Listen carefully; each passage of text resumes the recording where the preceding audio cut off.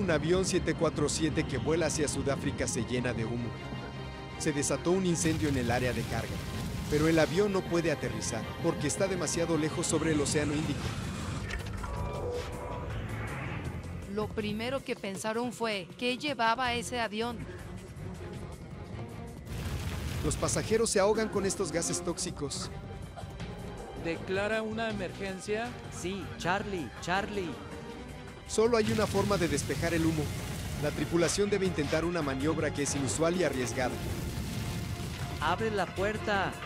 Abrir las puertas en pleno vuelo. 295, Plaisance. Es una carrera contra el tiempo mientras el avión arde en llamas. Tiene que alcanzar la tierra antes de estrellarse en el océano. 295, Plaisance.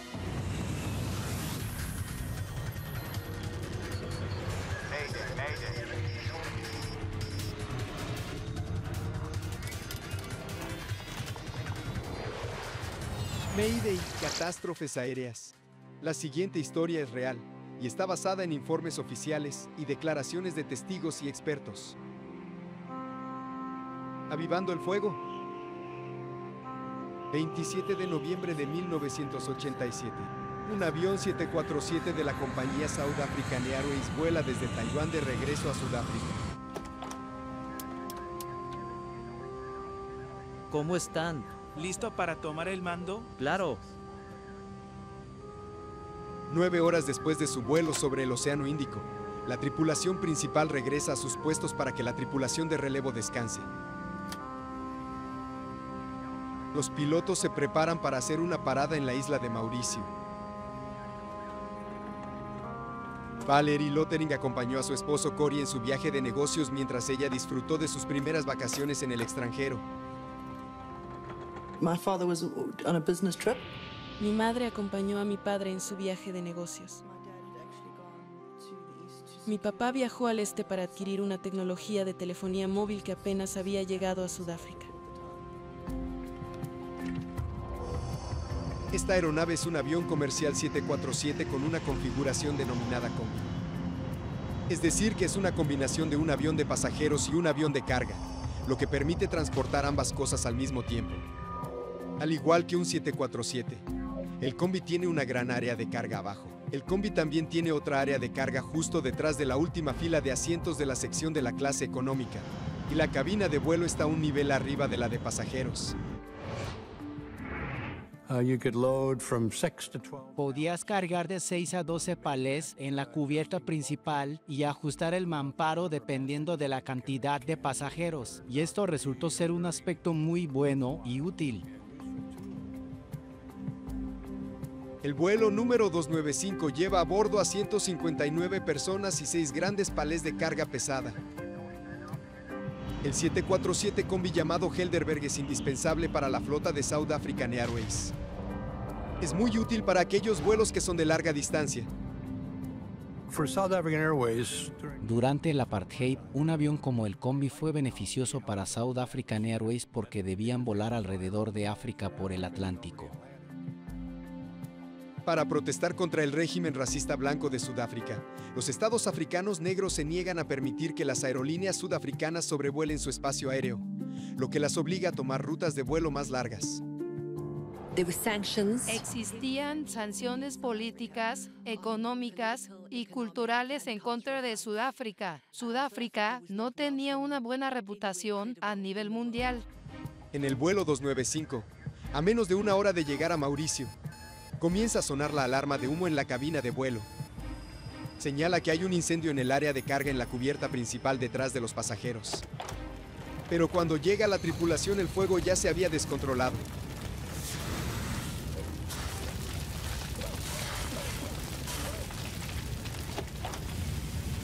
Es grave. ¿Necesitan otro extintor? Sí, ven rápido. Lee la lista de verificación. En emergencias de incendio, la tripulación sigue una lista de verificación estándar para apagar el fuego. El freno también saltó. Revisa el panel de frenos. El fuego quema el cableado del avión, lo que causa cortocircuitos peligrosos. Adelántense. Pero además los pasajeros están teniendo mucha dificultad para respirar.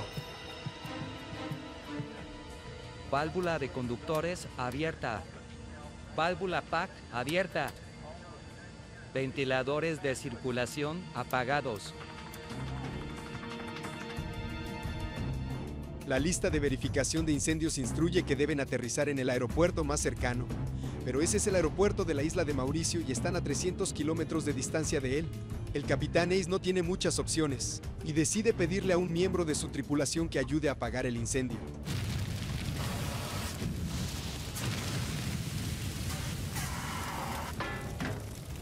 Traigan otro. El capitán Ace inicia un descenso de emergencia. Él llama al aeropuerto en la isla de Mauricio, el cual tiene una buena relación con Sudáfrica. El control de tráfico aéreo de la isla de Mauricio recibe la llamada de emergencia a las 4 a.m. Springbok 295 a Mauricio. Springbok 29. Adelante 295. Hay humo dentro del avión, así que haremos un descenso de emergencia a nivel 140. Confirmen que va a descender a 140. Estamos descendiendo. Declara una emergencia. Sí, Charlie, Charlie. El capitán Ace suena tranquilo, pero necesita deshacerse del humo que hay dentro del avión. Aquello que está quemándose en la bodega de carga produce un humo espeso y tóxico que se está filtrando con rapidez por toda la cabina. Podría ser letal para los pasajeros. Diga su posición. ¿Cómo dice? Su posición. Los instrumentos del capitán Ace comienzan a perder energía. Perdimos varios paneles y no sé nuestra posición. No está seguro de dónde se encuentra. El aeropuerto se prepara para un aterrizaje de emergencia y la tripulación del Helderberg utiliza otra lista de verificación para deshacerse del humo. Ventilador suplementario apagado. Ventiladores de circulación encendidos. Condición del humo. Los voy a llamar. La tripulación recibe más malas noticias de la cabina y el humo se vuelve aún más denso. Está muy mal. No puedo respirar. El avión se aproxima a una altitud de 4.500 metros y la lista de verificación indica que el capitán debe realizar una maniobra de emergencia que pocos pilotos han hecho. Abran las puertas. Repito, abran las puertas. Abrir las puertas del avión en pleno vuelo es la única esperanza que tienen para disipar una densa nube de humo que podría matar a todos los pasajeros antes de aterrizar.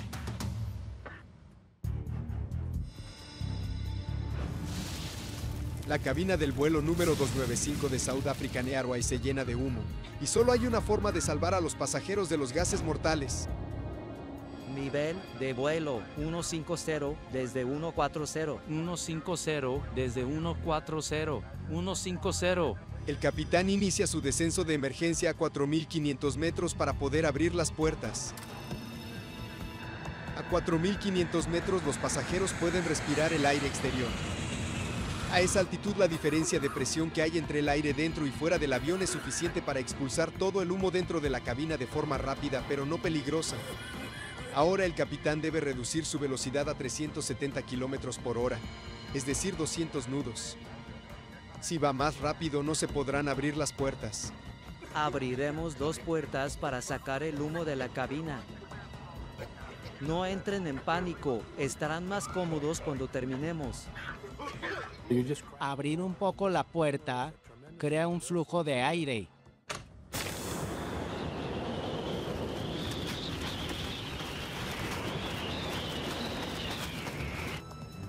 Springbok 295, ya abrimos las puertas. Hay humo allí. Cierra la puerta. Cierra todo. El humo ahora se está acumulando en la cabina de vuelo, pero no tienen cómo expulsarlo. La temperatura es de 22 grados y el QNH es de 1018 hectopascales. Cambio. El controlador de tráfico aéreo se enfoca en darle al capitán la información para hacer un aterrizaje de emergencia. Afirmativo. Ambas pistas están disponibles. 295, solicito su plan. Iremos a la pista 13. Confirme pista 13. Afirmativo. Autorizado directo a Foxtrot. Se aproxima a 50. Bien. El capitán Ace tiene una única esperanza. El avión debe llegar a la isla de Mauricio, que está a 265 kilómetros de distancia. El avión Helderberg continúa su angustioso viaje. 295, Plaisance. Pero a las 4 de la mañana no contestan una llamada del control de tráfico aéreo. 295, Plaisance.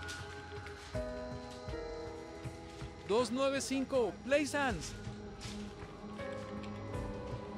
Como no recibe respuesta del vuelo 295 durante 36 minutos, el control de tráfico aéreo de Mauricio declara una emergencia. Se lanza una alerta a los equipos de búsqueda y rescate. Varias aeronaves despegan desde Mauricio y buscan en las aguas oscuras el avión desaparecido, pero no encuentran nada. En el aeropuerto de Johannesburgo, South African Airways declara formalmente el retraso del vuelo 295. We were supposed to be going away on our annual holiday, so we were all very excited. Se suponía que íbamos de vacaciones por 3 semanas luego de buscar a mis padres, así que estábamos muy emocionados. Recuerdo que estaba sintiendo muchas emociones. Al principio estaba muy emocionada por verlos en casa y de repente esa felicidad se desapareció cuando supe que el avión había desaparecido. En la tarde del día siguiente, un avión de rescate avista los primeros restos flotantes de la aeronave.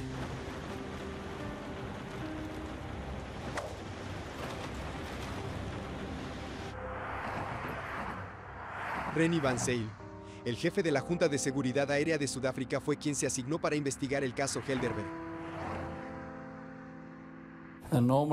Un investigador suele enfrentarse a un accidente grave solo una vez cada 20 años en su carrera. Nos sorprendió mucho la noticia y tuvimos que comenzar la investigación a primera hora de esta mañana. Se encuentran 8 cuerpos en el agua, todos con lesiones extremadamente graves. A las 2 de la tarde nos dijeron que encontraron el accidente y una mancha de aceite. Era evidente que el avión se había perdido. Lo que más me sorprendió es que justo la noche anterior al vuelo, ellos habían hecho sus testamentos, se habían encargado de los seguros y toda su documentación antes de emprender el vuelo, lo cual fue una gran coincidencia. En su testamento, mi padre tomó la decisión de designar como padrinos a unos buenos amigos de la familia.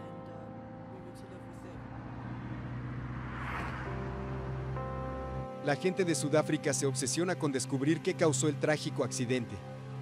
Al principio solo se pueden examinar los pequeños restos del avión que flotan en la superficie del agua.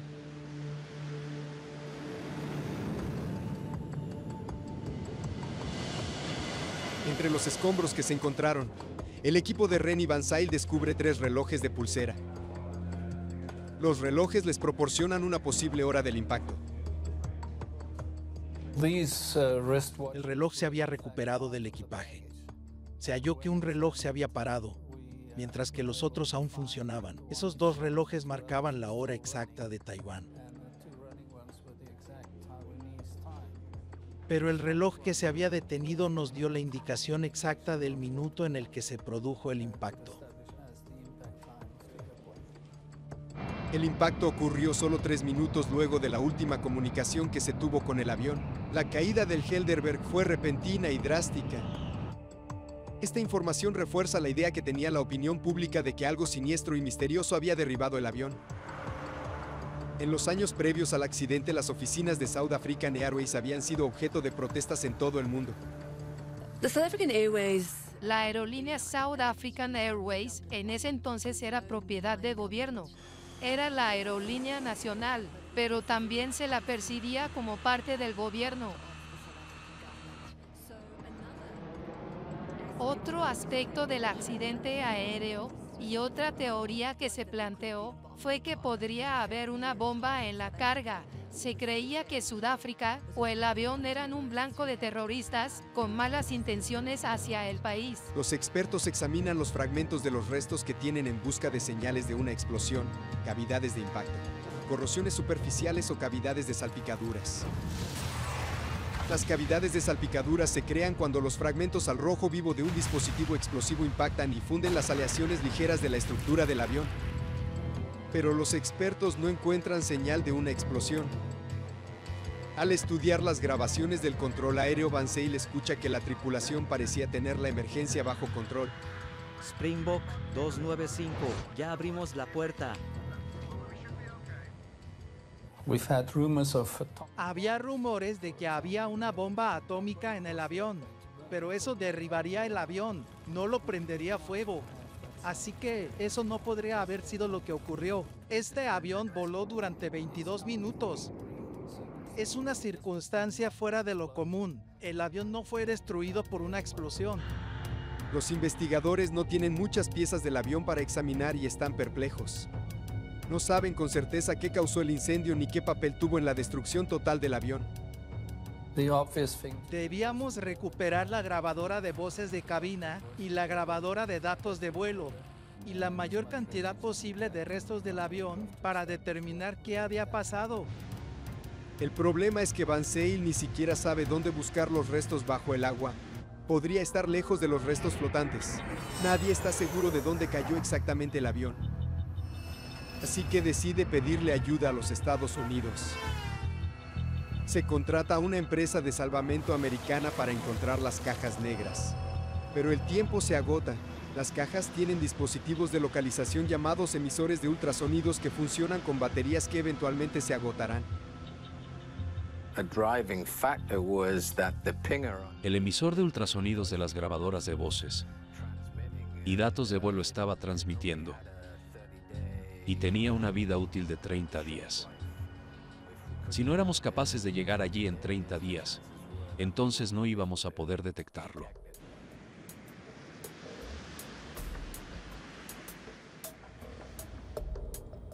Para cuando se pueda reunir el equipo adecuado en el Océano Índico. Solo quedarán 7 días antes de que las baterías y los emisores se agoten por completo. Mientras tanto, se hacen pruebas de sangre en los restos humanos recuperados de los escombros. Todos muestran rastros de hollín en sus tráqueas. Se determina con certeza que al menos 2 de los pasajeros fallecieron debido a la inhalación de humo. Los investigadores descubren una inquietante realidad. Mientras la tripulación luchaba por aterrizar el avión, algunos pasajeros ya estaban muertos. Mientras buscan las cajas negras, los investigadores continúan examinando los restos. Entre los cientos de objetos recuperados, una raqueta de tenis de grafito parcialmente derretida les da una pista crucial sobre el incendio. El grafito solo se quema a temperaturas que son superiores a los 600 grados Celsius. Los investigadores saben que el incendio en el Helderberg fue extremadamente caliente.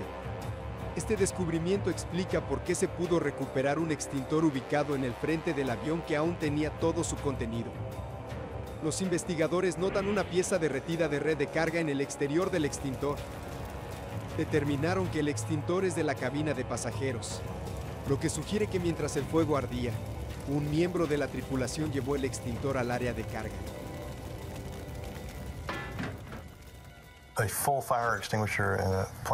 Encontrar un extintor sin usar en un avión que se estrelló por un incendio sugiere que no se pudo entrar a esa zona por el intenso calor que había.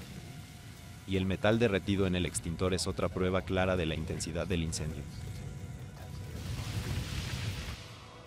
Antes de este accidente, en los 20 años de historia del 747 Combi, nadie había muerto por fuego o humo. Fue la primera vez que oí hablar de un incendio en un avión de fuselaje ancho. Nadie lo podía creer, porque realmente nunca había pasado algo igual a esto. ¿Qué fue lo que pudo haber causado un incendio tan intenso en el Helderberg? ¿Acaso el incendio fue causado por un problema de cableado en el avión? ¿O lo provocó algo en el cargamento?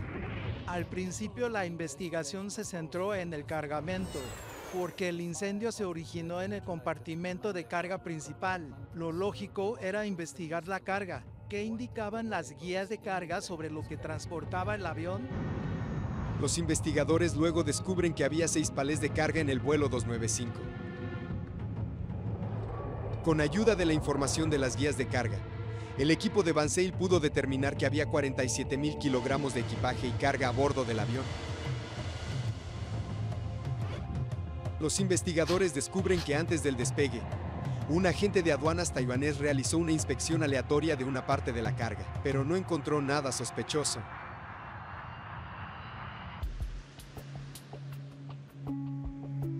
Los investigadores realmente necesitan encontrar el resto del avión y localizar las importantes cajas negras del Helderberg.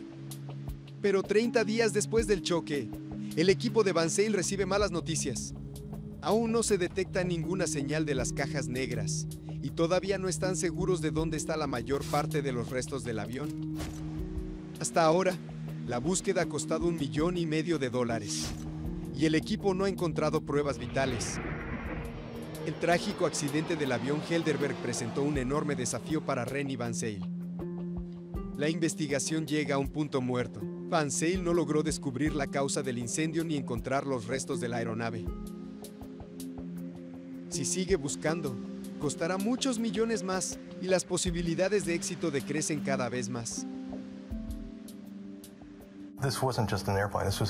Era un Boeing 747 de increíble tamaño.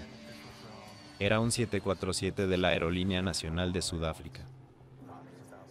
Cientos de miles de personas que volaban a diario en los aviones 747 querían obtener una respuesta. Necesitaban saber si este avión era seguro y si tenía alguna deficiencia estructural o de diseño. Había mucho en juego para todos nosotros, así como para Van Zyl, el jefe de la investigación sudafricana encargado de este caso. El gobierno africano podría haber dicho fácilmente que no podían continuar la investigación porque el impacto sucedió lejos de Mauricio.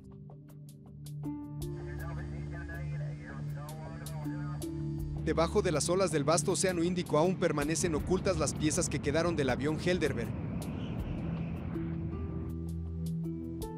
Ahora Renny Van Zyl debe decidir si gastará el dinero necesario para recuperar los restos del avión accidentado. Casi 2 meses después del accidente del avión, aún nadie sabe con certeza la ubicación exacta de los demás restos del avión. Y Renny Van Zyl decide recuperar lo más que pueda. Está bien, hay que seguir buscando.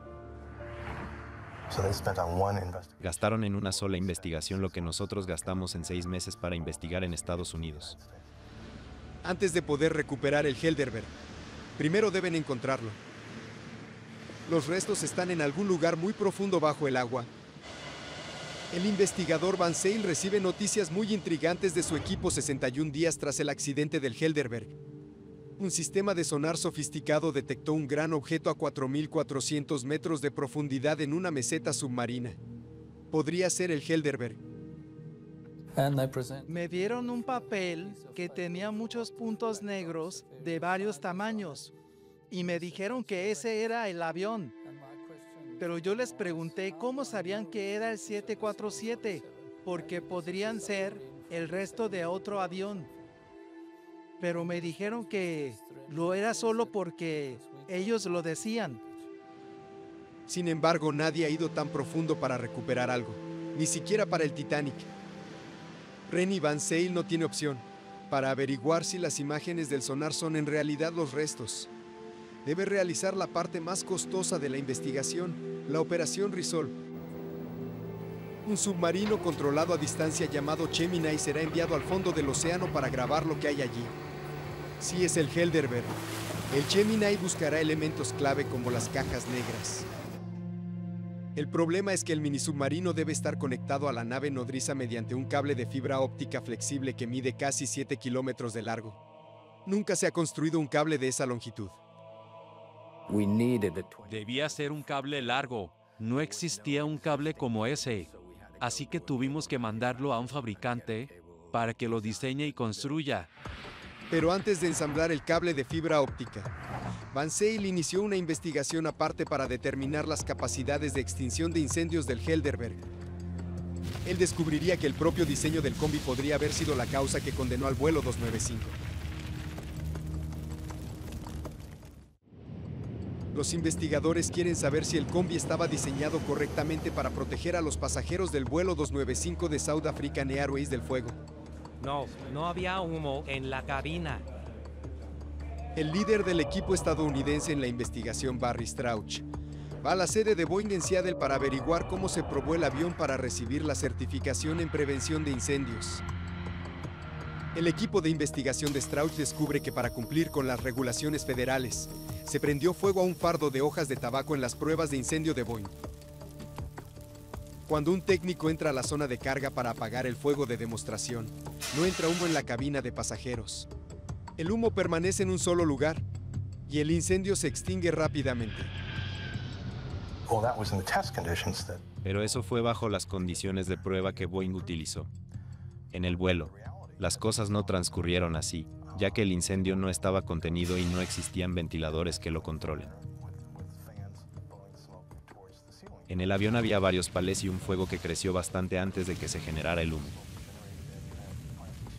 Además, el fuego consumió todo lo que se estaba transportando en ese vuelo, como láminas de plástico y cajas de cartón. El combi está diseñado para evitar que el humo entre en la cabina de pasajeros. El aire de esa sección se mantiene a una presión más alta que en el área de carga. Cuando se abre la puerta entre ambas áreas, el aire debe fluir hacia el área de carga para mantener seguros a los pasajeros.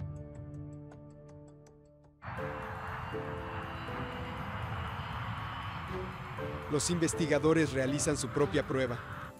Deciden imitar las condiciones del Helderberg y prenden fuego a un gran palé en una cabina de carga llena. El fuego es más intenso y la temperatura es mucho más alta. Los investigadores descubren que una llama más caliente tiene un impacto radical en el aire de la bodega de carga. Cuando se abre la puerta de carga, el humo fluye hacia la cabina de pasajeros. En las pruebas de Boeing se utilizaron hojas de tabaco. El fuego del Helderberg fue muy diferente al que se usó en la prueba de incendio y humo que realizó Boeing. El calor se habría originado dentro del compartimento de carga, y así generó presión que eliminó la diferencia de presión entre este compartimento y la cabina de pasajeros. Sin esta diferencia, no habría nada para contener el humo y mantenerlo en el lado de la carga. Por lo tanto, este humo de monóxido de carbono y dióxido de carbono habría penetrado en el lado de los pasajeros. Luego, los investigadores descubren algo posiblemente más letal, a medida que la cabina de pasajeros se llenaba de humo. Una lista de verificación instruía a la tripulación a encender los ventiladores de recirculación.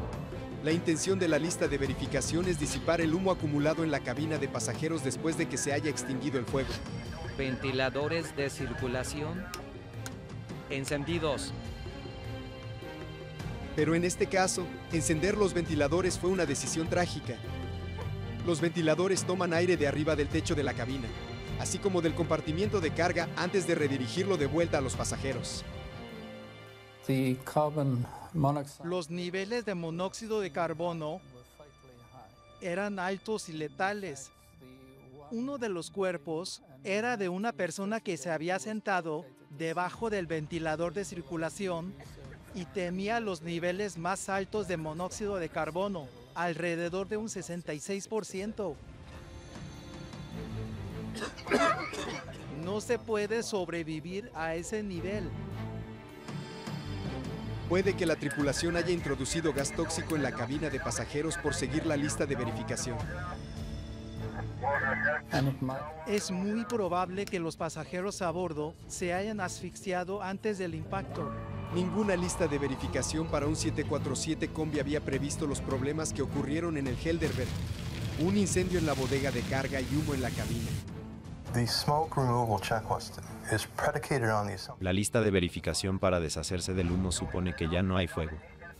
En ese caso, descender a 4.000 metros de altitud y abrir la puerta de la cabina sería lo correcto.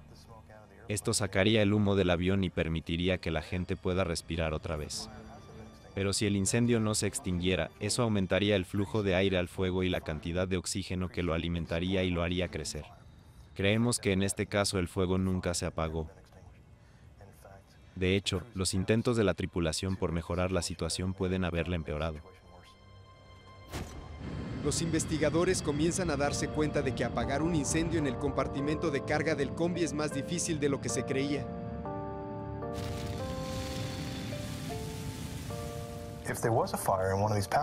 Si se incendió un palé, es probable que la tripulación se haya dado cuenta demasiado tarde. Entonces, la cabina se llenó de humo.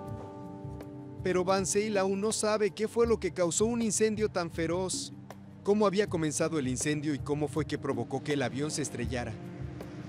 Las respuestas siguen en el fondo del océano.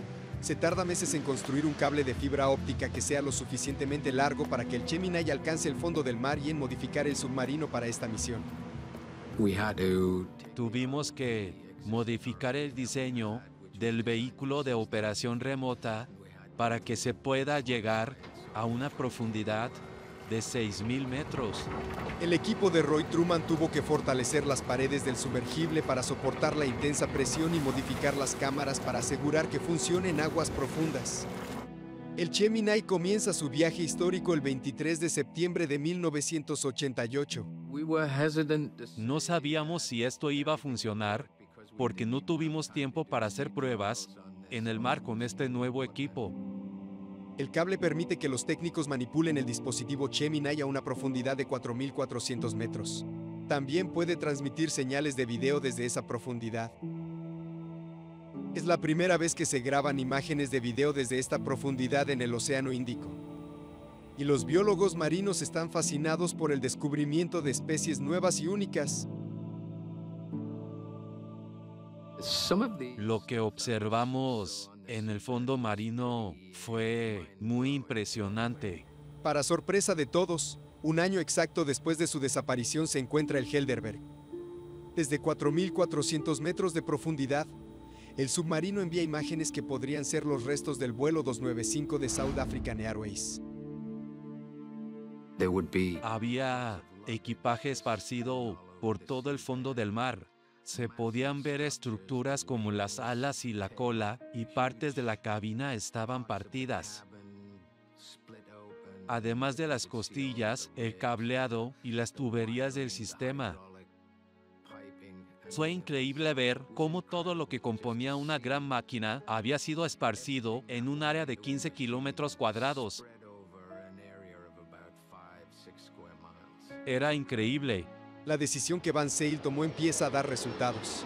Poder descender hasta los restos del Helderberg es un gran triunfo para él y todo su equipo. Pero solo encontrar los escombros no era suficiente.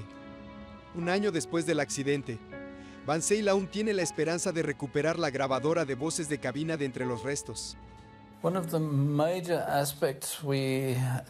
Un objetivo de la misión era recuperar la grabadora de voces de cabina.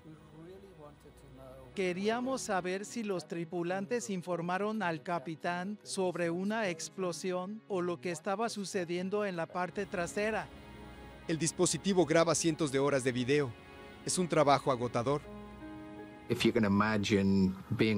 Es como si estuvieras iluminando con una linterna a una pequeña parte de una cancha de fútbol y que tuvieras que encontrar a un jugador específico que se perdió en el medio de la noche. Esa es una situación similar a lo que estábamos haciendo. A las 9 de la mañana, algo llama la atención de uno de los técnicos que realiza la búsqueda. Vuelve por un segundo, vuelve atrás. Finalmente se descubre la caja negra en el fondo del mar. Ahí está, justo ahí. Sí, la encontramos. Lo hicimos.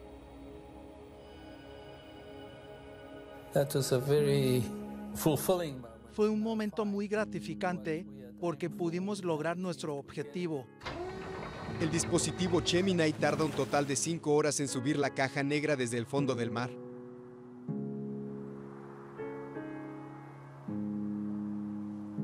Este descubrimiento capta la atención de los medios de comunicación de Sudáfrica.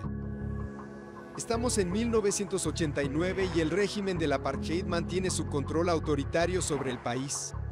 Van Zyl toma una decisión inusual. Él decide llevarse la caja negra sellada a la ciudad de Washington y la abre allí. Porque de lo contrario, me habrían acusado de haber encubierto algún tipo de información o algo similar. La FAA y la Junta de Seguridad escucharon la grabación con nosotros por primera vez.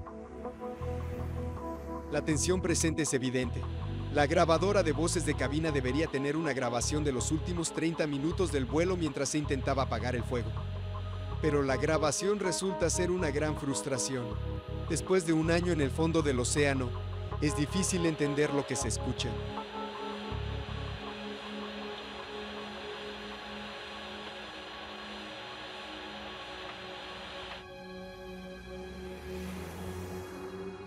It was the worst time of my life, sitting in the... Escuchar la grabación en la Junta Nacional de Seguridad fue terrible. Veía cómo el tiempo pasaba y no había indicios de problemas en la grabación. Cuando llegó a los 25 minutos, me estaba poniendo muy ansioso.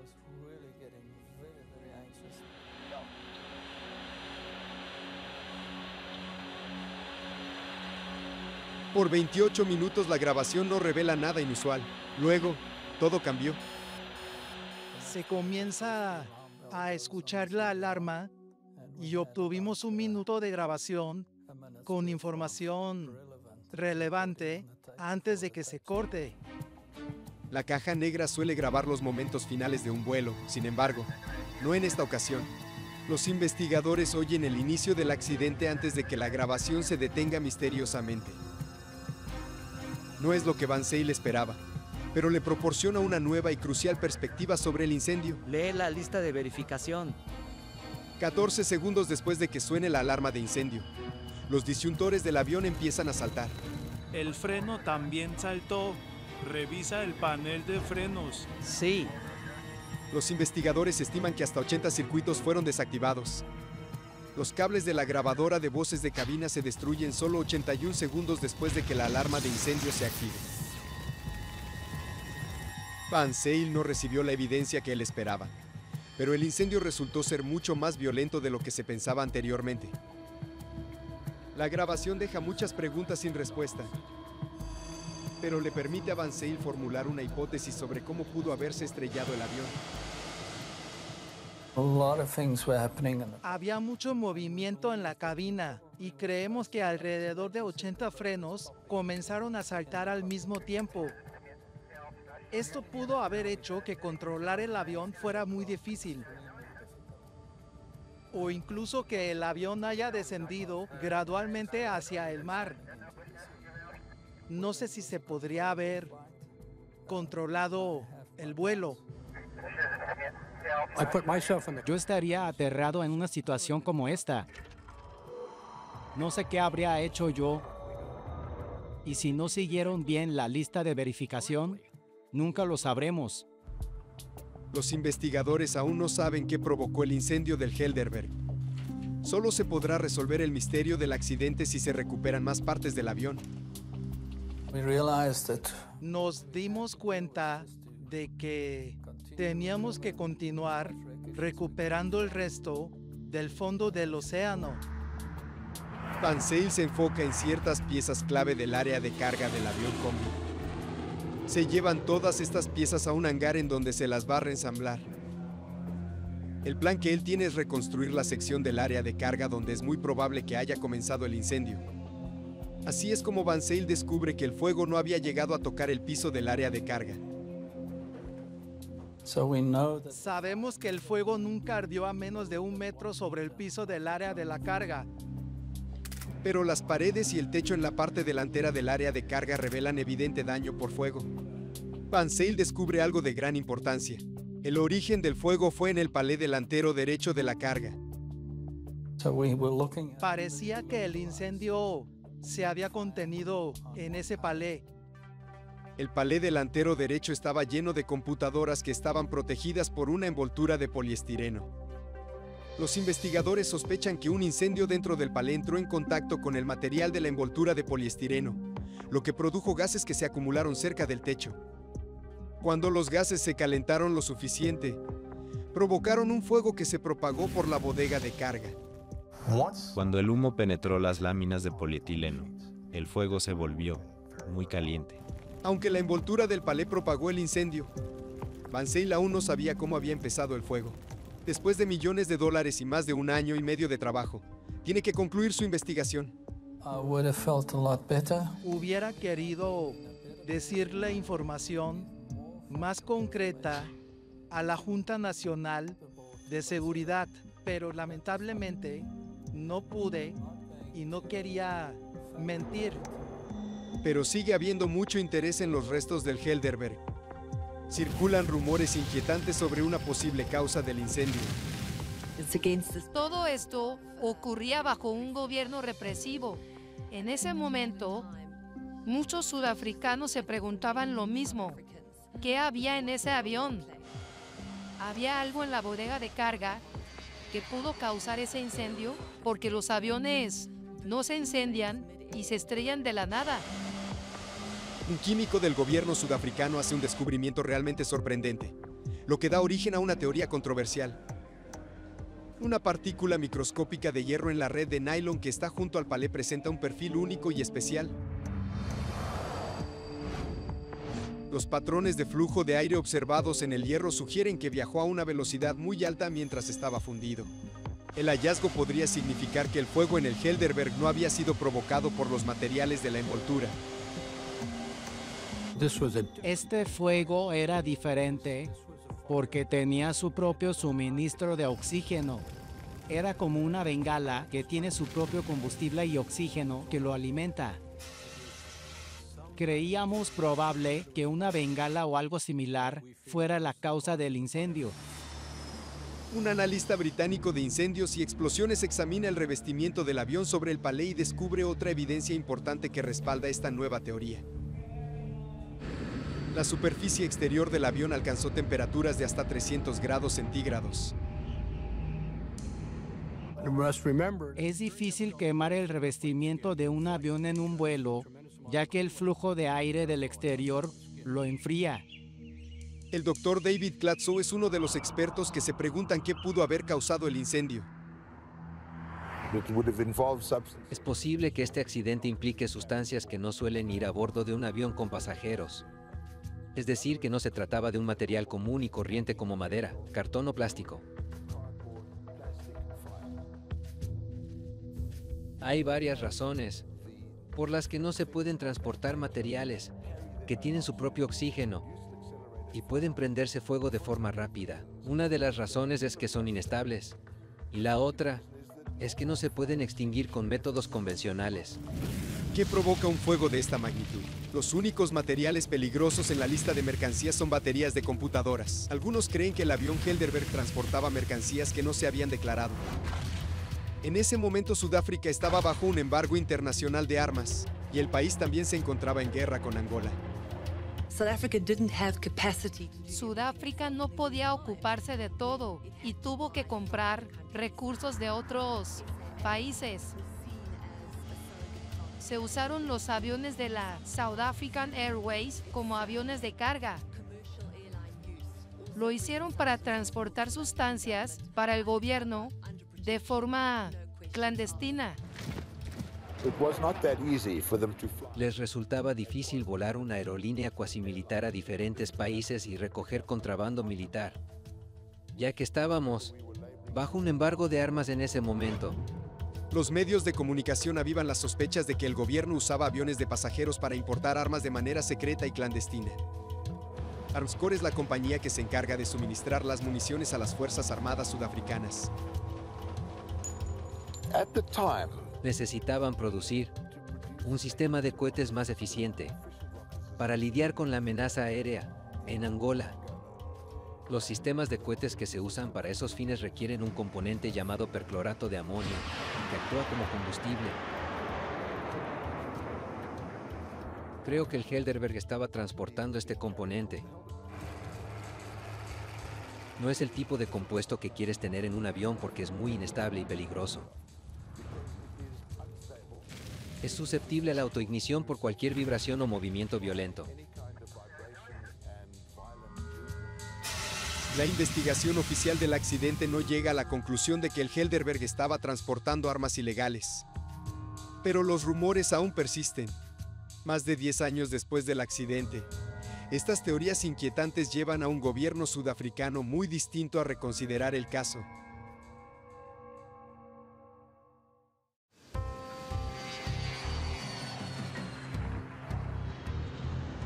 El accidente del Helderberg reveló que el 747 Combi era muy vulnerable en caso de que ocurriera un incendio a bordo. South African Airways detuvo de inmediato el uso del 747 Combi, y las autoridades estadounidenses lo notan. La Administración Federal de Aviación creó nuevas regulaciones, pero realizar los cambios necesarios para adaptarse a ellas no era económicamente viable.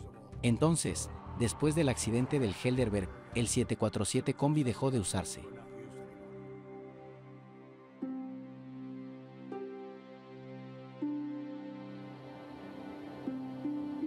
Existen monumentos que honran a las 159 víctimas del accidente.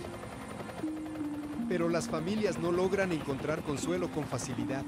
I need an answer for why. Quiero saber por qué soy huérfana. Aunque hay muchas versiones sobre esto, aún así, hay mucha evidencia de que algo no estaba bien en ese vuelo y que llevaba un elemento ilícito y prohibido. 10 años después del trágico accidente del vuelo Helderberg, el nuevo gobierno sudafricano lanza una comisión especial para reexaminar minuciosamente el accidente. La Comisión de Verdad debía descubrir las atrocidades del apartheid y el papel que tuvo la Administración Federal de Aviación en la ruptura de sanciones durante los años 80. Además de determinar si lo que pasó en el Helderberg fue un accidente insólito. En 1998, la Comisión de Verdad y Reconciliación llega a una conclusión polémica. Establecieron que nada de lo que se había declarado en la lista de mercancías pudo haber causado el incendio.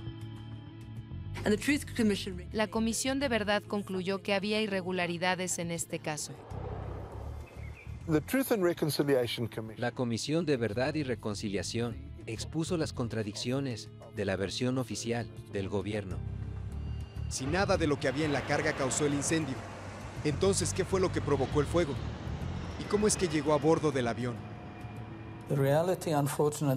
La realidad es que, a menos que alguien confiese que había provocado el incendio y se pueda comprobar que no es una farsa, no se podrá resolver el misterio de este accidente. Es muy posible que solo en ese caso podremos realmente saber qué fue lo que sucedió y cómo se prendió el fuego en el área de carga del avión. En su informe final, la comisión sugiere que la oficina del fiscal general continúe llevando a cabo una investigación exhaustiva del accidente. Pero eso nunca pasó. El Congreso Nacional Africano no lo hizo y hay que preguntarse por qué. Creo que se debe a que continuar con lo del accidente sería muy costoso.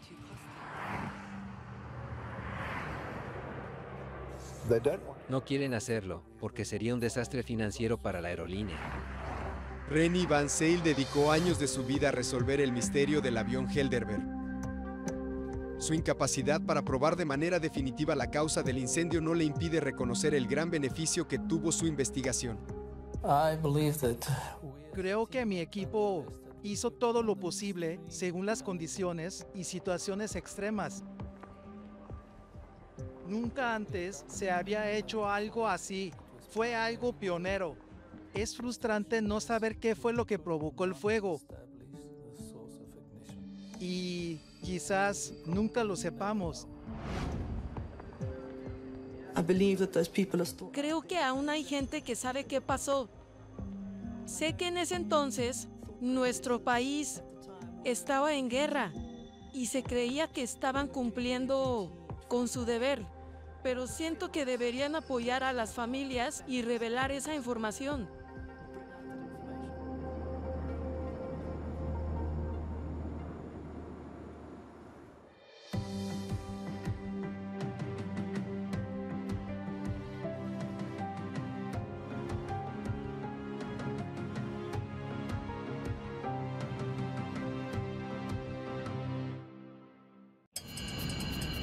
Un 747 lleno de pasajeros ha desaparecido sobre el Atlántico. El Air India no aparece. Se hallan piezas esparcidas en la superficie del océano. Pero las pistas cruciales están en profundidades que superan las de cualquier investigación de accidentes aéreos. No teníamos información. Fue impactante. Un equipo de recuperación internacional se dirige al fondo del mar con la misión de reconstruir el avión destrozado. Y lo que este equipo encuentra causará un gran impacto en todo el mundo.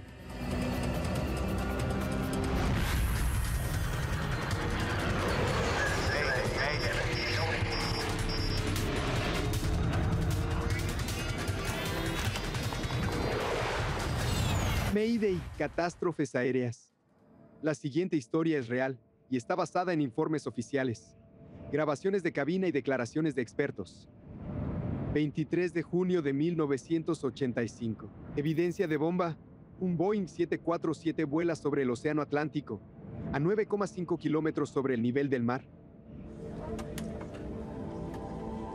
El avión grande a reacción recibe el apodo de Kanishka en honor a un emperador indio. La aerolínea Air India promete a los pasajeros una experiencia de lujo en el cielo. La hospitalidad india es un orgullo de la cultura y es algo que se puede ver al volar con Air India. Los colores del avión son vibrantes y son tu puerta a la India. En su trayecto desde Canadá, el avión se dirige a Londres, Inglaterra, antes de continuar hacia Nueva Delhi. Ha estado en el aire durante 4 horas y media.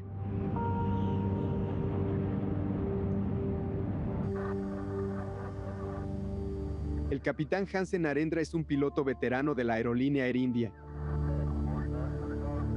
Satwinder Binder también es capitán y está desempeñando el papel de primer oficial en el vuelo. A medida que el avión se acerca a la tierra, Binder habla con el sobrecargo del vuelo. Capitán. Hazme un favor. Do me a small favor.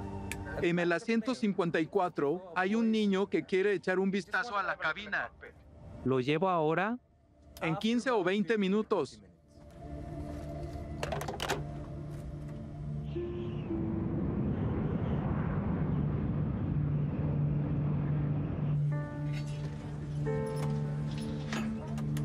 Hay 329 personas a bordo del avión, entre pasajeros y tripulación.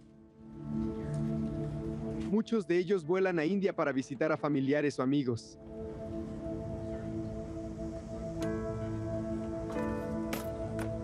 Vishnu Pada está viajando a India junto con sus 2 hijas. Y su esposa Lata los está esperando en el destino. Decidimos que sería el año perfecto para unas largas vacaciones en India en familia. 6 minutos después de las 8 de la mañana, el copiloto Binder hace contacto por radio con el control de tráfico aéreo en Irlanda. Shannon, aquí Air India 182. Aquí estación Shannon. Adelante. Thomas Lane y Michael Quinn están trabajando en el centro de control de Shannon. Air India 182, 51 grados al norte, 15 al oeste y nivel 310. Estimamos FIR a las 7:35. Air India 182, recibido. Autorizado a Londres. Nivel de vuelo 310. Air India 182, autorizado a Londres. Mantener nivel 310. ¿Quieres venir al frente? Sí. Bueno. Vamos.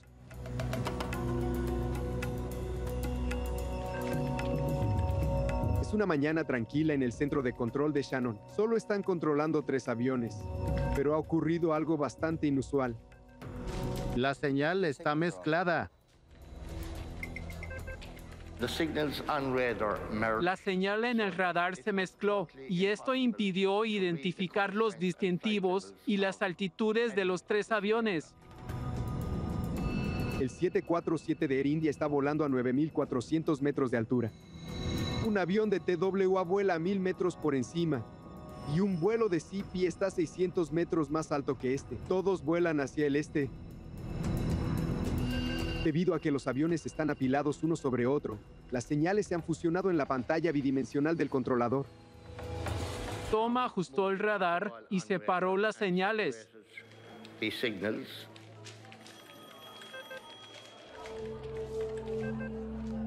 Dos de los aviones vuelven a aparecer en el radar, pero el vuelo de la compañía Air India ha desaparecido por completo. Air India no aparece. Aguarda.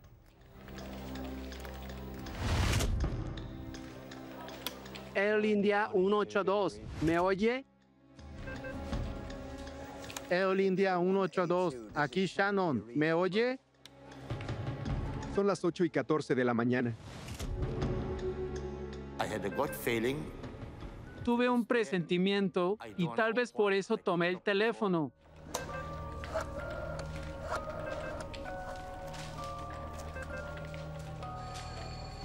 Soy Quinn de Shannon. Tenemos un avión fuera del radar. Normalmente no se emite una llamada de socorro para búsqueda y rescate hasta que un avión lleva más de 20 minutos fuera de contacto. El vuelo de Air India ha estado desaparecido por menos de 60 segundos.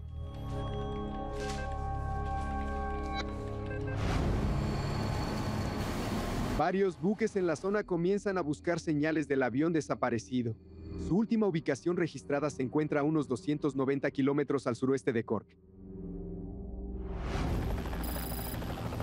A solo 2 horas de la desaparición del avión, un buque de carga canadiense que estaba en la zona confirma las peores noticias posibles. Se descubren los primeros restos del avión. Se observan balsas salvavidas desinfladas flotando en las frías aguas del Atlántico. Y luego se ven los cuerpos. Rápidamente queda claro que no hay sobrevivientes. En India, Lata Pada está esperando a su esposo y a sus 2 hijas, cuando de repente recibe la peor noticia imaginable de parte de su hermano. Me hizo sentar y me dijo que algo terrible había ocurrido. Estaba totalmente conmocionada. Una parte de mí quería procesar la información, mientras que otra parte quería imaginar cómo seguiría mi vida sin ellos, si realmente lo peor había ocurrido.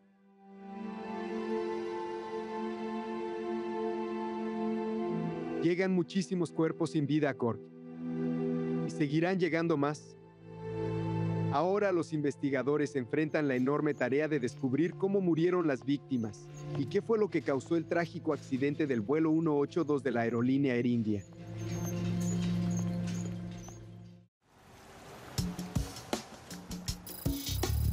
Actualmente viven 130,000 personas en la ciudad de Cork. Ubicada en la costa sur de Irlanda, ha sido un puerto marítimo fundamental desde hace mucho tiempo.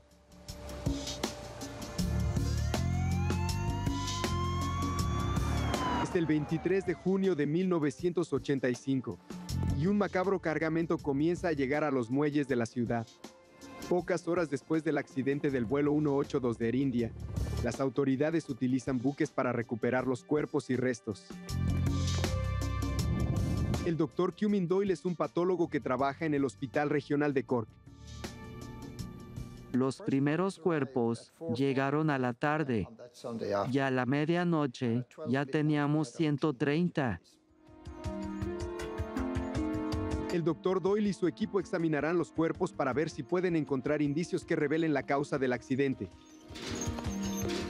Era una tarea enorme para todos, como el personal del hospital, la policía, la marina, el ejército y los patólogos, pero debíamos ponernos manos a la obra.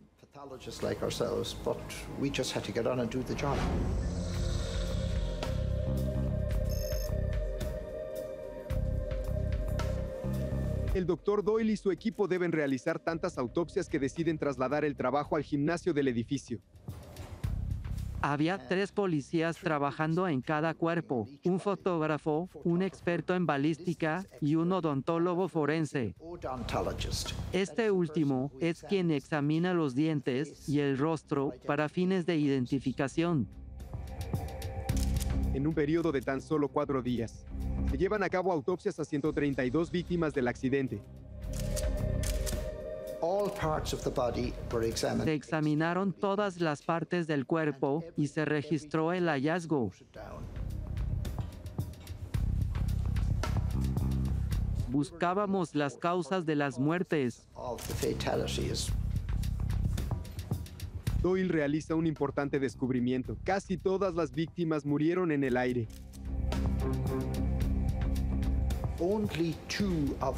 Solo 2 cuerpos mostraron signos de ahogo, lo que indica que los demás no respiraban al caer al agua. Hay otro aspecto que comparten muchas de las víctimas, y es que varias de ellas tienen la ropa desgarrada. Esto es relevante porque llevar poca ropa indicaría que cayeron desde unos 9.400 metros, que es la altitud del accidente. Algunos cuerpos también tienen signos de las llamadas lesiones inestables. Estas son fracturas específicas de los huesos en las caderas, los hombros y otras articulaciones. H. Skoula es el investigador principal de la catástrofe del vuelo de Air India. Las lesiones inestables indican que los pasajeros no estaban en el avión al impactar contra el océano.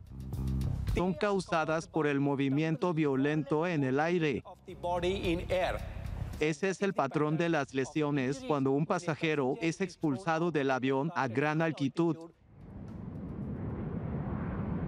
Lo que indican las autopsias es que de alguna manera el avión se desmembró a gran altura sobre el agua. Que los pasajeros fueron lanzados al aire antes de que el avión se estrellara. Las lesiones indicaban que el avión se rompió a 9.400 metros. Pero no podíamos saber la causa. El mayor desafío en este accidente fue la falta de pruebas físicas, ya que no teníamos restos, pasajeros, tripulación ni testigos. No teníamos información. El trabajo más importante de los investigadores es intentar encontrar las cajas negras del avión. Los 2 dispositivos graban las conversaciones en la cabina y recopilan información técnica sobre el vuelo del avión.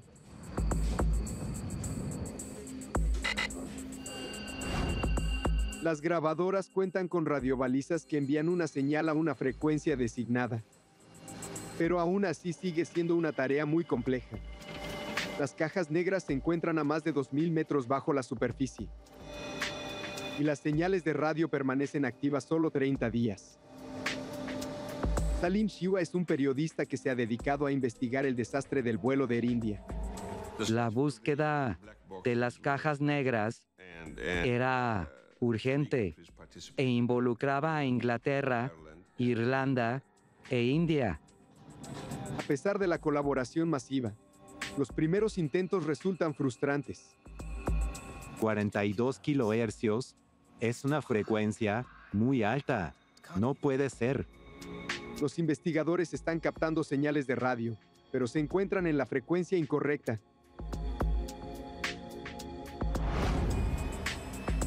A medida que la búsqueda continúa, H. Skoula y su equipo estudian el historial de mantenimiento del avión. Quieren saber si un defecto no detectado hizo que el avión a reacción se desintegrara durante el vuelo.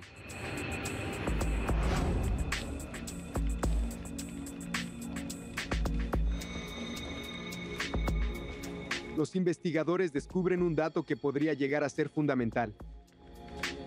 El avión a reacción de Air India volaba con 5 motores.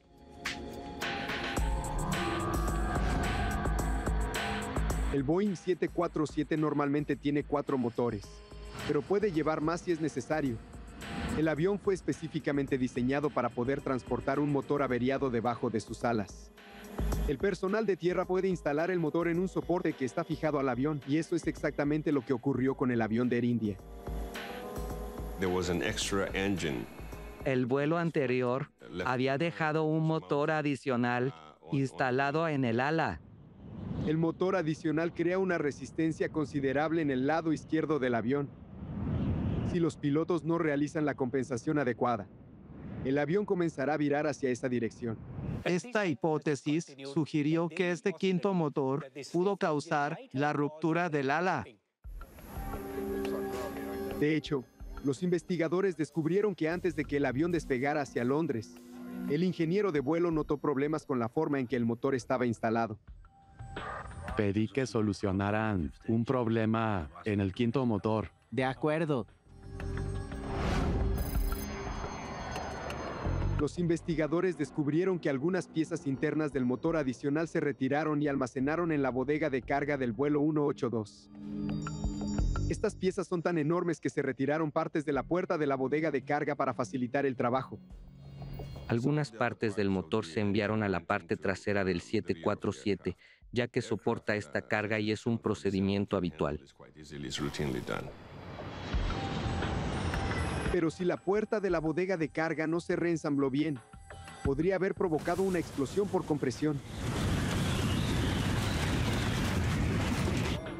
En 1974, se desprendió la puerta de la bodega de un vuelo de Turkish Airlines tras despegar de París. La descompresión repentina dañó el avión, que se estrelló momentos después y causó la muerte de todos los ocupantes. H. Scola debe tener en cuenta dos teorías. La aeronave pudo haberse desplomado debido a problemas con la puerta o con el motor adicional. Si cualquiera de las dos opciones hubiera ocurrido, debería haber pruebas en las cajas negras. Encontrar las grabadoras se ha vuelto cada vez más importante. Casi 2 semanas después de comenzar la búsqueda, los investigadores reciben información útil para localizar las cajas negras. La señal será mayor. Esta frecuencia podría ser correcta, que los buques exploren de nuevo. La pieza de la caja negra que transmite la señal del localizador está hecha de cerámica. Si está dañada, la frecuencia de la señal puede cambiar. Esto significa que la frecuencia que detectaron los buques anteriormente podría ser la correcta. Finalmente se localizan la grabadora de voces de cabina y el registrador de datos de vuelo, pero están a tanta profundidad que es difícil llevarlos a la superficie. La aeronave estaba a casi 2.000 metros bajo el mar, lo que complicaba todo. Se incorpora un sumergible de inmersión profunda, pero incluso con la ayuda de este vehículo especializado y con la ubicación de las cajas negras conocida, se requieren 4 intentos para llevar las grabadoras a la superficie. Estimamos FIR a las 7:35. Air India 182, recibido, autorizado a Londres. El investigador principal Koula ahora tiene lo que espera sean 2 piezas fundamentales del rompecabezas. Si hay un problema en la aeronave, la tripulación lo comentará. Sin embargo, cuando Koula escucha la grabadora de voces de cabina, no detecta nada inusual. Tras el último contacto con el control de tráfico aéreo en Shannon, la grabadora de voces capta a la tripulación hablando de sellos aduaneros. Garantizan la seguridad de la carga. Se trata del papeleo que debe completarse antes de aterrizar. Quieren unos 30 sellos aduaneros. ¿Aduaneros? Son los sellos que garantizan la seguridad de la carga. La conversación termina en medio de una frase.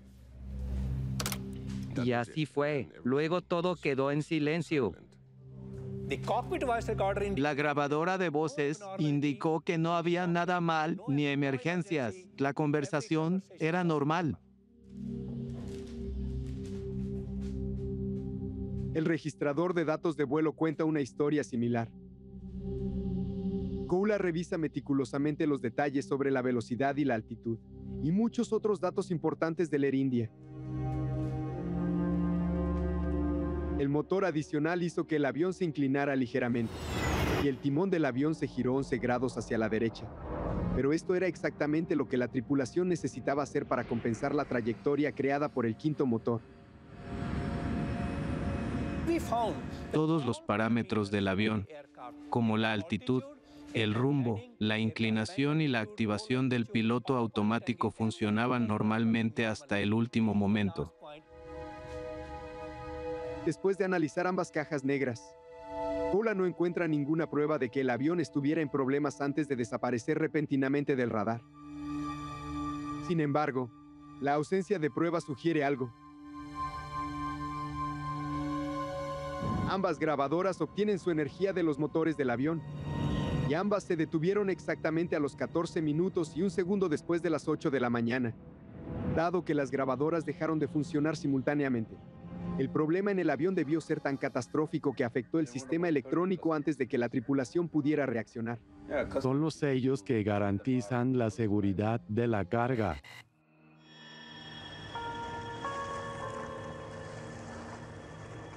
Los investigadores están cada vez más convencidos de que hay solo 2 posibles explicaciones para el accidente. Puede tratarse de una descompresión devastadora o de una bomba. Ellos examinan los restos que encontraron flotando en la superficie del océano, pero estos representan solo un pequeño porcentaje de la enorme aeronave y no son muy útiles para los investigadores, ya que no ofrecen ninguna pista que explique por qué se estrelló el avión. Sabíamos que no hubo ningún incendio y que la aeronave funcionaba perfectamente bien. Descartamos las posibles causas, pero no supimos qué ocurrió. Para conocer la causa del accidente, tuvimos que ver el resto en el fondo del mar. Pero ¿en qué partes del avión deben centrarse los investigadores? Las cajas negras estaban equipadas con transmisores de radio que facilitaban su localización. Pero el campo de escombros está a gran profundidad bajo el agua y es enorme, con aproximadamente 16 kilómetros de largo y 6 kilómetros de ancho. ¿Cómo hacen los investigadores para identificar la pista que les ayudará a resolver el misterio? Roy Truman es un especialista en salvamento submarino.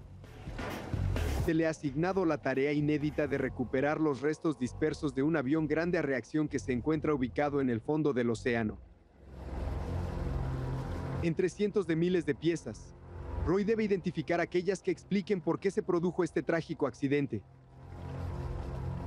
Solíamos recuperar aeronaves pequeñas, pero aquí estamos hablando de un 747 que era enorme y no teníamos idea del tamaño de las piezas ni de lo que íbamos a encontrar. Los investigadores saben que no pueden llevar todos los restos a la superficie. Está tan profundo que lleva horas recuperar una sola pieza. El sumergible de inmersión profunda puede tomar fotos y grabar videos. Los investigadores usan esas imágenes para decidir qué piezas llevar a la superficie. Era un pasillo estrecho y en cada extremo había restos muy livianos. Todo lo más pesado, como los motores y la estructura principal, estaba en el centro. Al igual que buscar una aguja en un pajar bajo el agua, los investigadores tienen la esperanza de encontrar la causa del accidente en un enredo de metal destrozado. Sin embargo, el otoño se está acercando. Pronto el clima empeorará y tendrán que abandonar la búsqueda. La clave para desentrañar el desastre todavía yace en algún lugar desconocido en el fondo del océano.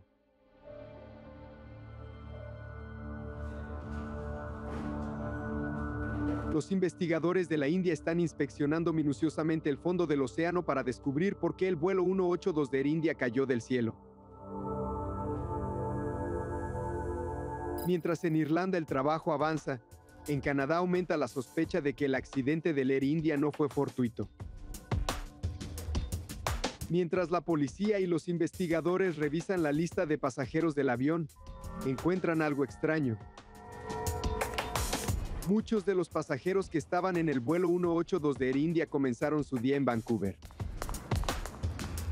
Estaban utilizando otro avión para hacer conexión con el vuelo 182. Uno de los pasajeros que había comprado un boleto para abordar ese avión en particular nunca llegó a embarcar. Nunca identificamos al pasajero, pero en el boleto aparecía como M. Singh. No figuraba su nombre completo. Creemos que ese nombre era ficticio y que la persona nunca tuvo la intención de viajar. Aunque nunca llegó a abordar el avión, M. Singh se registró para el vuelo. Siguiente. ¿Viaja a Toronto? Quiero que envíen mi bolso a Delhi. Señor, no puedo. Su reserva es solo hasta Toronto. Estoy confirmado a Delhi. Jeannie Adams trabaja como agente de facturación en Canadian Pacific. Señor Singh, figura en espera a Delhi. No puedo hacer nada. Pero entonces tendré que recoger mi maleta. No puedo enviar su maleta a India sin confirmación. Pues estoy confirmado. Buscaré a mi hermano y él le dirá todo. Hay unas 30 personas en espera para registrarse. Su reserva es solo hasta Toronto. Adams no tiene tiempo de esperar al hermano de este hombre. Está bien, lo registraré. Pero deberá registrarse con Air India en Toronto.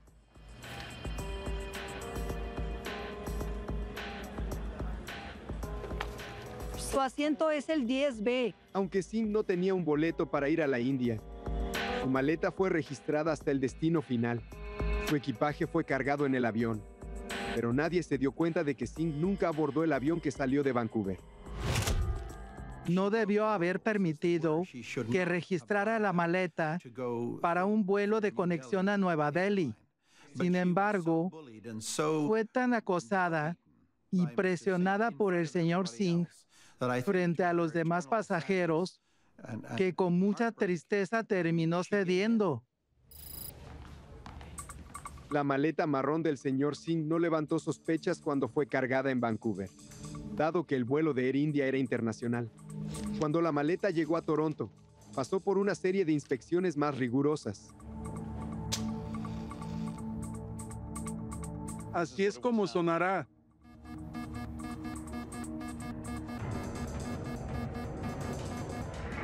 John de Sousa es un oficial de seguridad de la compañía Air India.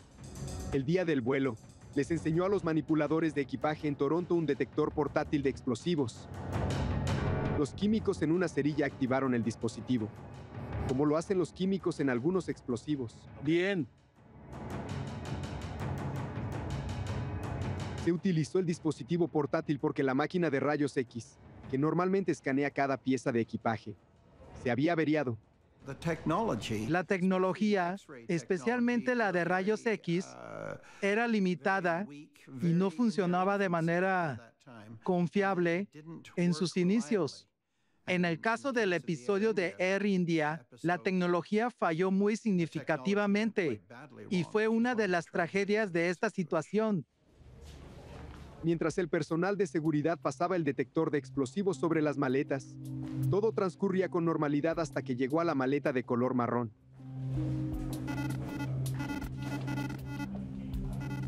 La maleta activó el dispositivo, pero el sonido que emitió fue muy diferente al que los trabajadores escucharon durante la demostración. La maleta fue aprobada y permitida a bordo del avión, que finalmente volaría hacia Inglaterra.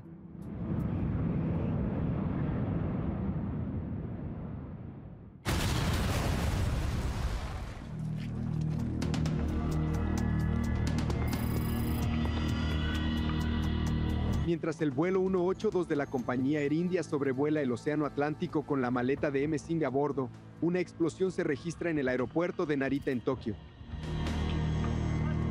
2 manipuladores de equipaje mueren y 4 personas resultan heridas. Se ha escondido una bomba dentro de otra pieza de equipaje que llegó desde Vancouver. Este equipaje estaba destinado a otro avión de Air India. Se dirigía hacia la bodega de carga cuando explotó. Una vez en la cinta, probablemente la maleta recibió un pequeño golpe y luego explotó mientras los manipuladores de equipaje japoneses la cargaban. Al igual que en el vuelo 182, una de las maletas que se trasladaban a Tokio había sido registrada por un pasajero que nunca abordó el vuelo. En Vancouver no había máquinas de rayos X en uso, así que esa maleta voló a Tokio sin revisarse. Hay una conexión muy inquietante entre la bomba que explotó en Tokio y el vuelo de Air India. Los boletos de los dos hombres que se encargaron de facturar ambas maletas fueron comprados el mismo día por el mismo cliente. El accidente del vuelo 182 de la compañía Air India se ha convertido de repente en parte de una historia muchísimo más grande.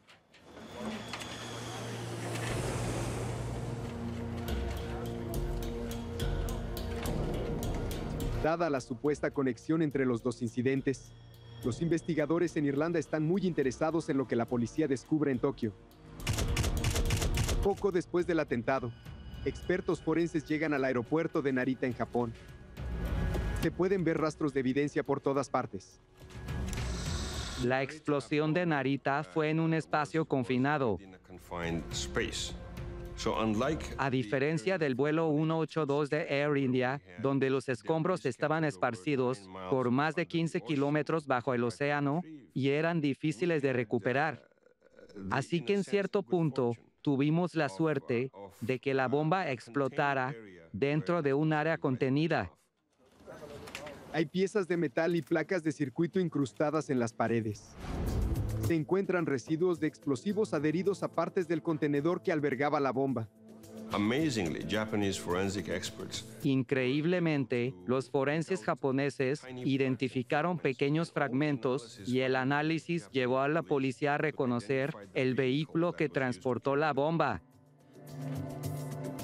Los expertos incluso descubrieron números de serie en algunas piezas de los escombros, lo que sugiere que la bomba estaba escondida dentro de un sintonizador de estéreo específico fabricado por Sanyo. Los 2.000 sintonizadores fabricados se enviaron a un depósito cerca de Vancouver, en la Columbia Británica, y desde ese lugar se enviaron a tiendas de toda la región. Uno de esos sintonizadores llevaba la bomba que explotó en Narita. La policía tiene la difícil tarea de intentar rastrear la venta de 2.000 sintonizadores. Se los podrían haber vendido a cualquiera. La mayoría de las tiendas que recibieron el sintonizador no tenían existencias desde hacía años. Pero la policía tiene un golpe de suerte cuando pregunta sobre el sintonizador en una tienda en Duncan, un pequeño pueblo en la isla de Vancouver. La última unidad se había vendido hacía apenas unas semanas. Pudieron saber quién compró el sintonizador que contenía la bomba. La policía consigue el mismo sintonizador utilizado para ocultar la bomba en el Air India y realiza una serie de pruebas para determinar el tamaño que tendría que tener la bomba para causar los daños que se encontraron en Tokio.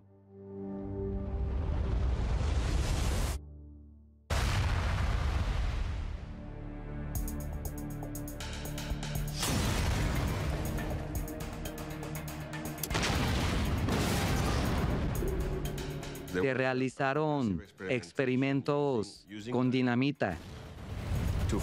La tarea era determinar el alcance de los daños de ciertos tipos de dinamita. Se compara el tamaño de los fragmentos del sintonizador producidos tras cada explosión con los fragmentos encontrados en Narita. Se descubre que probablemente solo se usaron unos pocos cartuchos de dinamita en la bomba de Tokio. ¿Pero realmente podrían 4 cartuchos de dinamita derribar un avión a reacción? Una vez que la policía descubre cuán poderosa era la bomba de Narita, la coloca en un contenedor de equipaje completamente cargado. La destrucción es totalmente descomunal. Una descompresión por un explosivo en el equipaje podría tener consecuencias catastróficas para la aeronave, y 4 cartuchos de dinamita son suficientes.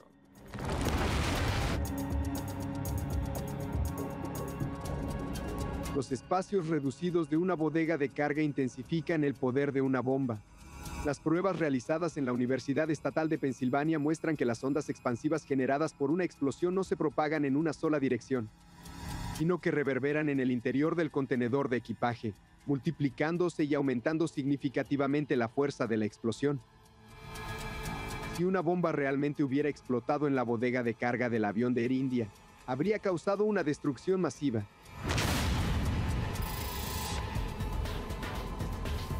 Es el tipo de daño que debería haber dejado una marca en los restos del vuelo 182. Los investigadores sospechan cada vez más que esta aeronave fue derribada por una bomba, pero aún no tienen pruebas que lo confirmen. Los investigadores no solo buscaban algo averiado que pudiera haber causado la falla, sino que también buscaban indicios de la explosión, como manchas de quemaduras o de disolventes o posibles esquirlas en los asientos.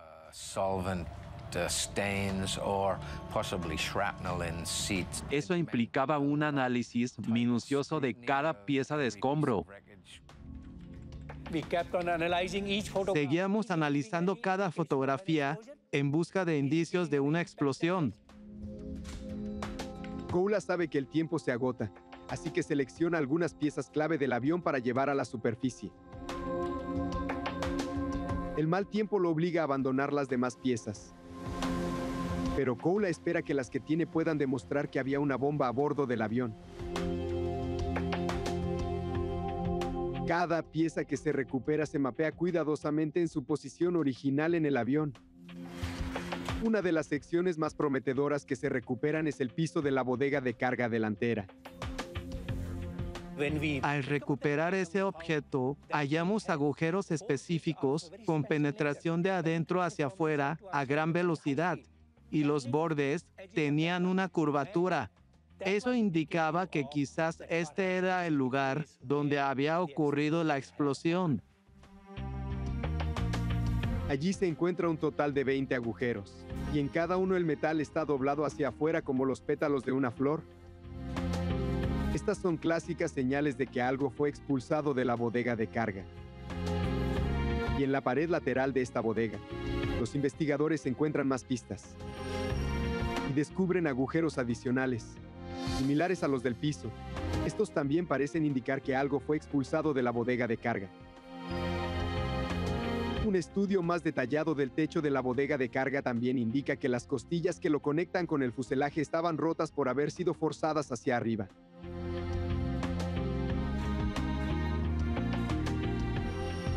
Los investigadores están totalmente convencidos de que los restos muestran que una bomba explotó en la bodega de carga delantera. Si la bomba hubiera explotado en la parte delantera del avión, eso explicaría por qué el registrador de datos de vuelo y la grabadora de voces de cabina se apagaron tan rápidamente. Al igual que en otro 747, el compartimiento del equipo electrónico del vuelo de Air India está debajo de la cabina de vuelo. Muchos de los sistemas eléctricos importantes de la aeronave pasan por esta sección, y el compartimiento de equipaje delantero se encuentra ubicado justo al lado. Cuando la bomba explotara, se hubiera deshecho por completo las computadoras y se generaría un silencio absoluto, tal como ocurrió. Los investigadores están convencidos de que el vuelo 182 de la aerolínea Air India fue derribado por una bomba, que no se trató de un accidente. La catástrofe del avión de pasajeros fue considerada un crimen. Nadie pensó que el plan de hacer estallar dos aviones al mismo tiempo se haría desde Vancouver.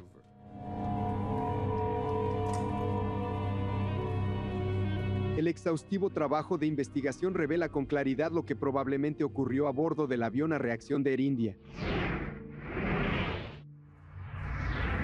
En Toronto retiran el bolso de M5 del vuelo a Vancouver y lo trasladan al avión a reacción de Air India. Luego, colocan el bolso en un contenedor de equipaje que finalmente se ubica en la parte delantera del avión, justo detrás del compartimiento del equipo electrónico. Mientras el avión cruzaba el Océano Atlántico, la tripulación ignoraba el hecho de que una bomba estaba haciendo una cuenta regresiva hacia el desastre. Quieren unos 30 sellos aduaneros. ¿Aduaneros? Son los sellos que garantizan la seguridad de la carga.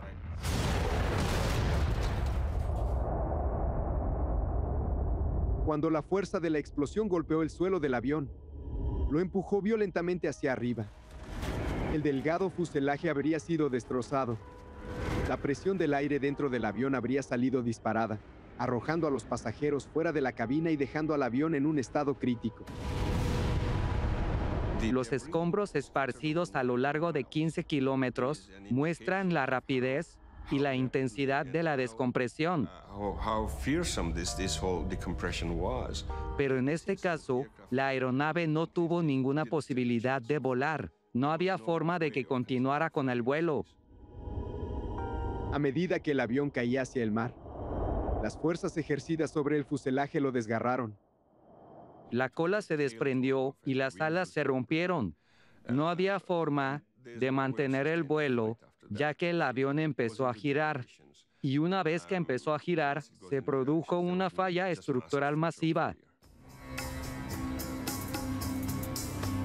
Después de muchos meses de arduo trabajo, los investigadores creen haber desentrañado la causa del trágico accidente de Air India. Han demostrado que una bomba hizo caer el avión. Ahora depende de la policía encontrar a los responsables.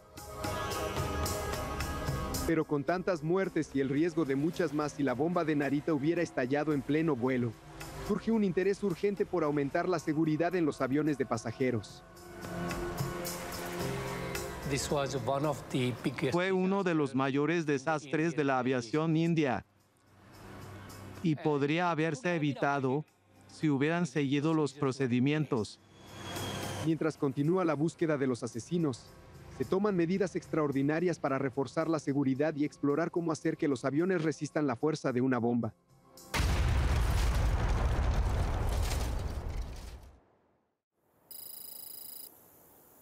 Es mayo de 1997. Han pasado 10 años desde que una bomba terrorista destruyó el vuelo 182 de Air India, y un Boeing 747 fuera de servicio está a punto de participar en una prueba extraordinaria. Se colocan 2 bombas en la bodega de carga delantera y otras 2 se colocan en la parte trasera. La prueba en Branting Fup buscaba demostrar cómo proteger un avión con contenedores o revestimientos reforzados en la bodega de carga. El avión también está presurizado para simular las condiciones que encontraría un avión a reacción cuando vuela a altitud de crucero. La presurización es la clave del experimento, ya que la energía adicional que ésta proporciona dentro del avión aumenta el daño. Puedes pensar en ello como un globo. Si pinchas un globo desinflado con un alfiler, solo obtienes un agujero del tamaño del alfiler. Pero si inflas el globo y lo pinchas, estalla catastróficamente. Finalmente se detonan las bombas. Y la destrucción es masiva. La explosión y la presión interna destrozaron el avión, simulando lo que le habría sucedido a un avión a reacción en vuelo. El poder destructivo que tienen las bombas es bastante conocido. Pero lo que mostraron las pruebas en Branting Fup es que medidas relativamente simples pueden minimizar sustancialmente el daño causado por una explosión. Una de las bombas se colocó en un contenedor de equipaje normal en la bodega de carga trasera. Pero las bombas en la bodega de carga delantera eran diferentes. Una de ellas se colocó en un contenedor especializado, reforzado con un material similar al de los chalecos antibalas. Y la otra se colocó en un contenedor normal, pero junto a paredes que habían sido reforzadas con un revestimiento que absorbe explosiones. Cuando explotan las bombas, la parte delantera del avión queda prácticamente intacta. No hubo ruptura en la estructura que tenía el revestimiento o los contenedores reforzados, pero en la parte trasera donde no se aplicaron, la destrucción fue catastrófica. El contenedor de equipaje estándar no hizo nada para minimizar la explosión. Pero la bodega de carga delantera con el revestimiento protector y el contenedor de equipaje reforzado pudieron absorber la fuerza de la explosión.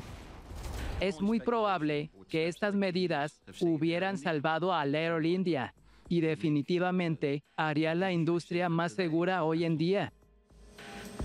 A pesar de los resultados dramáticos de las pruebas en Gran Bretaña, las aerolíneas del mundo no utilizan contenedores de equipaje reforzados. Aunque son muy efectivos para detener las bombas, son extremadamente costosos. Los contenedores reforzados no se utilizan porque no son económicamente viables, ya que cuestan decenas de miles de dólares y son muy frágiles. Son de material compuesto, así que un choque con un montacargas los puede volver inservibles. Se han hecho grandes mejoras en la revisión del equipaje de los pasajeros en la mayoría de los aeropuertos internacionales. Ahora se utilizan sistemas de rayos X en color más sofisticados que emplean múltiples haces de escaneo. Pues estoy confirmado. Buscaré a mi hermano y él le dirá todo. Está bien, lo registraré, pero se debe registrar con Air India en Toronto. Y además, existen regulaciones más estrictas sobre el envío de equipaje en vuelos de conexión.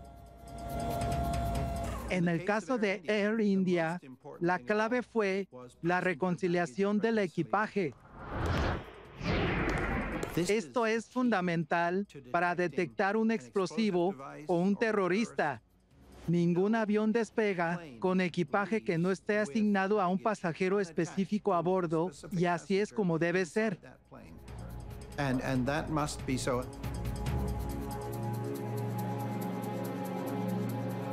Su asiento es el 10B.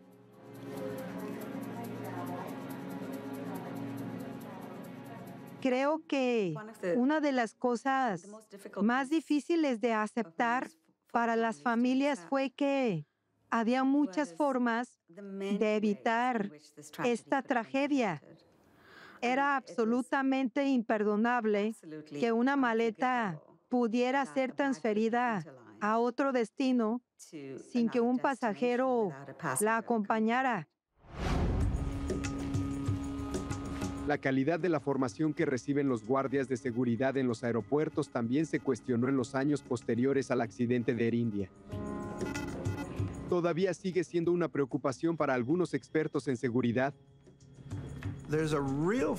Hay una falla en la capacitación del personal de seguridad porque no se pueden pagar sueldos mínimos a los guardias que deben garantizar la seguridad al abordar un avión. En el caso de Air India, la policía finalmente rastreó el atentado hasta los extremistas Sikh que viven en Canadá. Ellos están luchando por la creación de una nación Sikh independiente en India. Finalmente, el hombre que confesó haber ensamblado la bomba es enviado a prisión. El hombre sospechoso de ser el autor intelectual del plan es asesinado varios años después mientras estaba arrestado en India. Ambos hombres tenían fuertes lazos con la comunidad Sikh de la costa oeste de Canadá. Esta conexión todavía inquieta profundamente a la tapada. Fue un acto intencionado de terrorismo y lo que más me duele es que canadienses ejecutaran a otros canadienses en su propio territorio. Han pasado más de 20 años desde la destrucción del vuelo de Air India, pero el impacto de aquel día sigue presente. Y aún quedan muchas preguntas sin responder. No sabemos quién registró la maleta. Aparte de lo básico sobre quiénes fabricaron la bomba, no sabemos mucho más sobre quién los asistieron ni quién recogió esos boletos. Por un voto de silencio, se detuvo la investigación. Iniciaremos esta investigación de inmediato. En el año 2006, el gobierno canadiense inició una exhaustiva investigación sobre el atentado de Air India con el fin de analizar en detalle lo que ocurrió y por qué. La impactante muerte de tantas personas sigue siendo una fuente de profunda ira e incredulidad. Independientemente de lo que revele la investigación, los hechos son innegables. 329 personas fueron asesinadas en un instante. En la actualidad, hay monumentos conmemorativos tanto en Irlanda como en Canadá en honor a las víctimas del accidente de Air India. El objetivo es conmemorar el día en que una bomba terrorista destruyó la vida de tantas personas. La paradoja de la vida es trágica, porque cada día es igual a otro, pero a veces de manera inesperada, algo completamente imprevisto lo cambia todo. Y ese fue uno de esos momentos.